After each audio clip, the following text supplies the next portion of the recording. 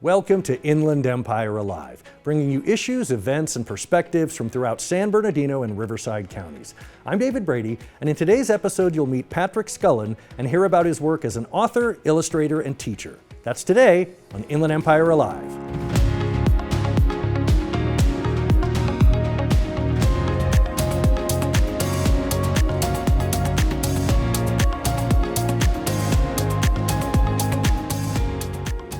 Well, I'm delighted to welcome my next guest, illustrator, author, teacher, and I hope fellow nerd, Patrick Scullin. Patrick, welcome to the show. Thank you. Thank you for having me. Glad to be here. So for you, I want to go all the way back to the beginning. I want the origin story, the rocket from Krypton. Where did you grow up? Oh, actually, I grew up not far from here, up in Running Springs in the mountains, and spent my life up playing in the woods and playing in the snow.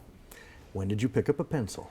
Well, I've always had one. See, that was my question. Were you always artistically inclined, or was it something that came late in life, or were you always drawing? I was always drawing since the time I was a kid, and I don't remember what started it, but I know it was my love of comic books. I just wanted to draw those characters. So it wasn't enough just to read them. You wanted to create your own. Yeah, and that was always there. I always wanted to do my own. So what characters were we talking about? And what era? Yeah, for me, early 70s is when I was picking them up, and it was all Marvel. Oh, I was a Marvel so kid. this is like Spider-Man, the Romita. Yeah. Yep. See, I'm nerding out already. Yep. This is like Romita era Spider-Man. This is Stan Lee, the mighty Marvel bullpen, Nuff Said, Excelsior.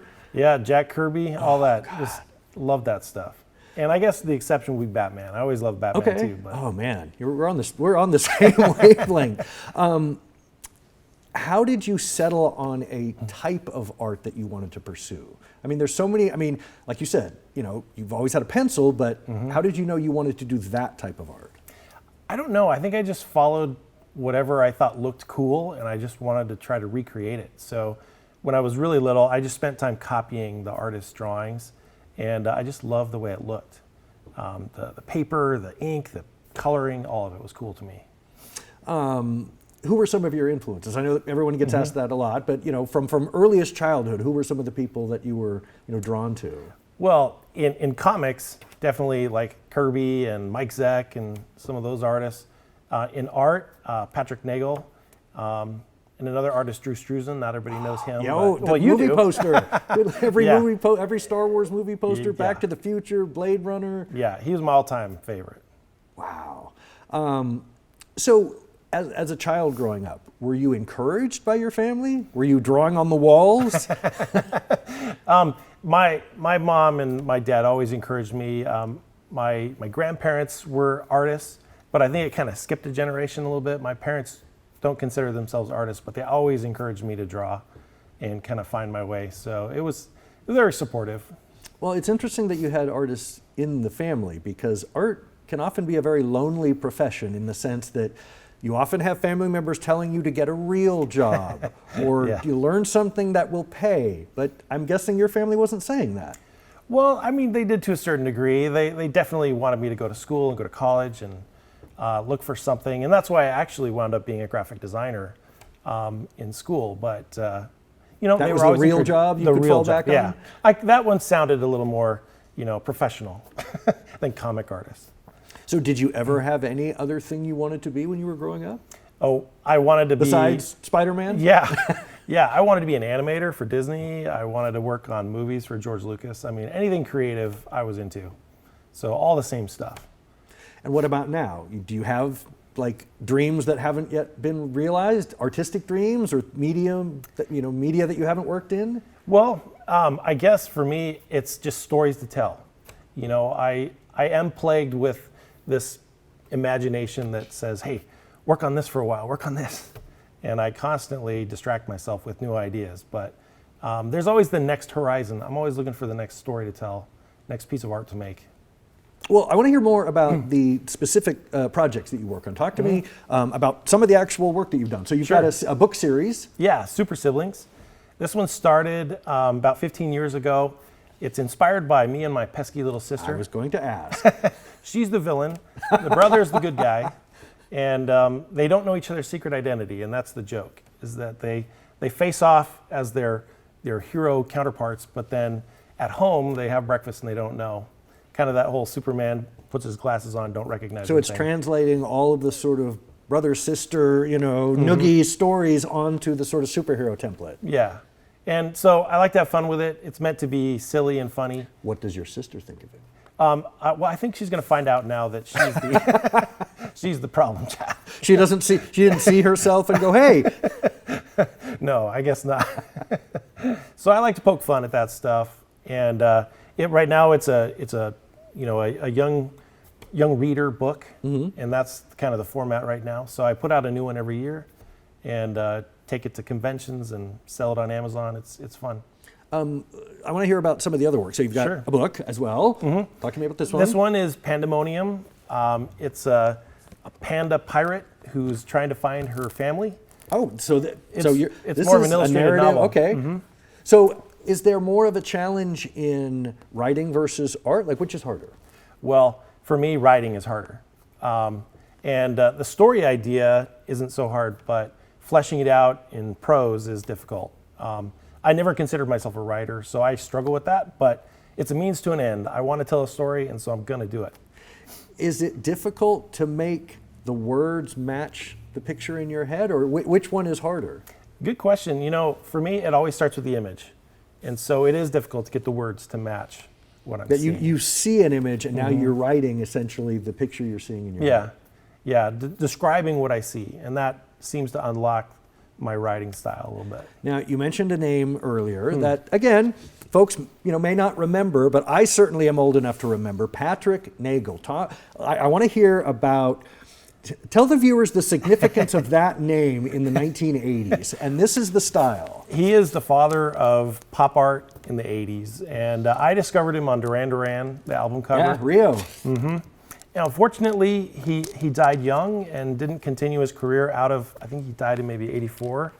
But that type of art left a real impression on me. Oh, And so, I mean, like I said, every time you would go into a hair salon in the 80s, there would be a gigantic Nagel print, a Nagel print in every kind of 80s Miami Vice type environment. So I wanted to emulate that. And these are kind of my homage to him and to Star Wars. And they've gotten some attention, and I've had a lot of fun making them. In fact, I even met with his widow, and she was really gracious and liked that I was kind of carrying on his legacy.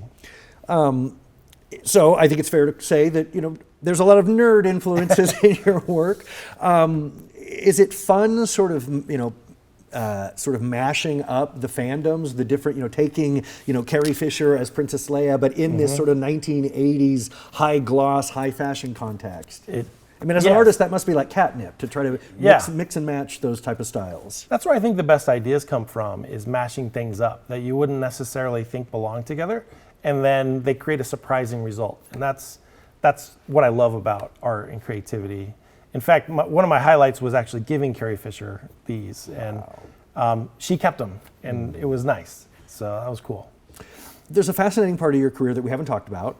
You are, in addition to being an author and an illustrator, you're also a teacher. Yes. How long have you been doing that, and where do you teach? I've been teaching for 15 years, but 10 years I've been at RCC. And I'm a professor of graphic design. We have a printing program, which is really state-of-the-art. Thanks to a recent donation last year, we received a $1 million donation to revitalize the program. Thanks to Miss Jan Steiner, business owner from Corona, who retired and just wanted to give back to the community. And she picked us. And we are so thrilled to be able to share that with a community that, printing is a viable career.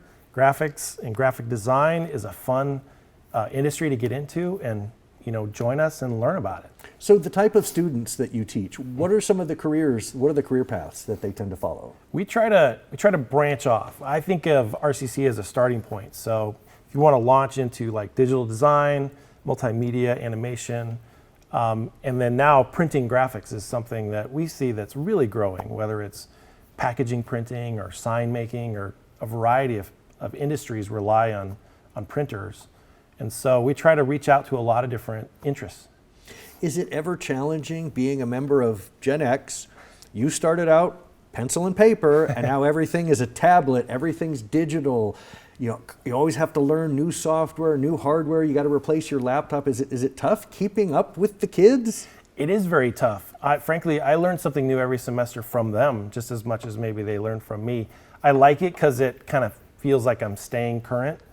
But I have the benefit of having that education before computers and after, and I feel like the foundations. Yeah, and I feel like I still include that a little bit in my classes, so students learn, where these things came from. So I think it's good to have a little bit of both. Well, this might be a cliche that every art teacher gets asked. Can everyone be an artist? Oh, good question. I would say the skill of art can be taught. I think learning how to draw and even work on the computer, it's a skill that can be taught. So I think anyone can do it. But there's an internal desire to create something that I don't think you can teach. It's just something that you want to do it. And you find great pleasure in pleasing and entertaining people. And not everybody has that. So in that you not only create and teach, where do you find the most enjoyment? A few years ago, before I really was an active teacher, I think I would have said, well, of course, selfishly in my studio working.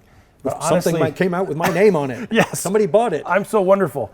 No, honestly, now I love seeing my students create things. It's really, it's really gratifying to see them go from here to here and then launch. It's like I have 1,000 kids out there that are, taking off, and I love it.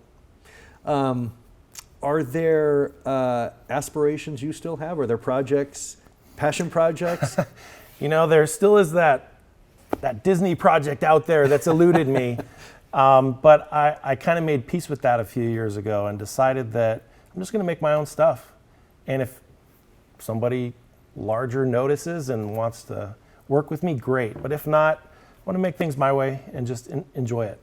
Well, before I let you go, where can people find you? Where can they make that phone ring? Well, patrickscullen.com is kind of the hub for all the stuff I do. And then, of course, if you want to learn about graphic design, come on down to RCC. And I understand you're on social media. Where can people find you on social media as well? Patrick Scullen is my handle, so you can find me there too on Twitter, X, Instagram.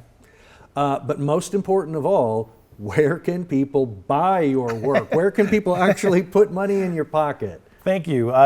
Super Siblings and Pandemonium are on Amazon. My art prints you can buy on my Patrick Scullen website. And if you want to meet in person, I'm on the convention circuit. So I do WonderCon, the new Ontario convention, which is coming up in May. I do public appearances, so that's fun too. So he is a triple threat. He's a quadruple threat. Illustrator, author, teacher, super nerd. Patrick Scullen, thank you so much. It's been a pleasure. Thank you for being on the program. My pleasure. Thank you very much.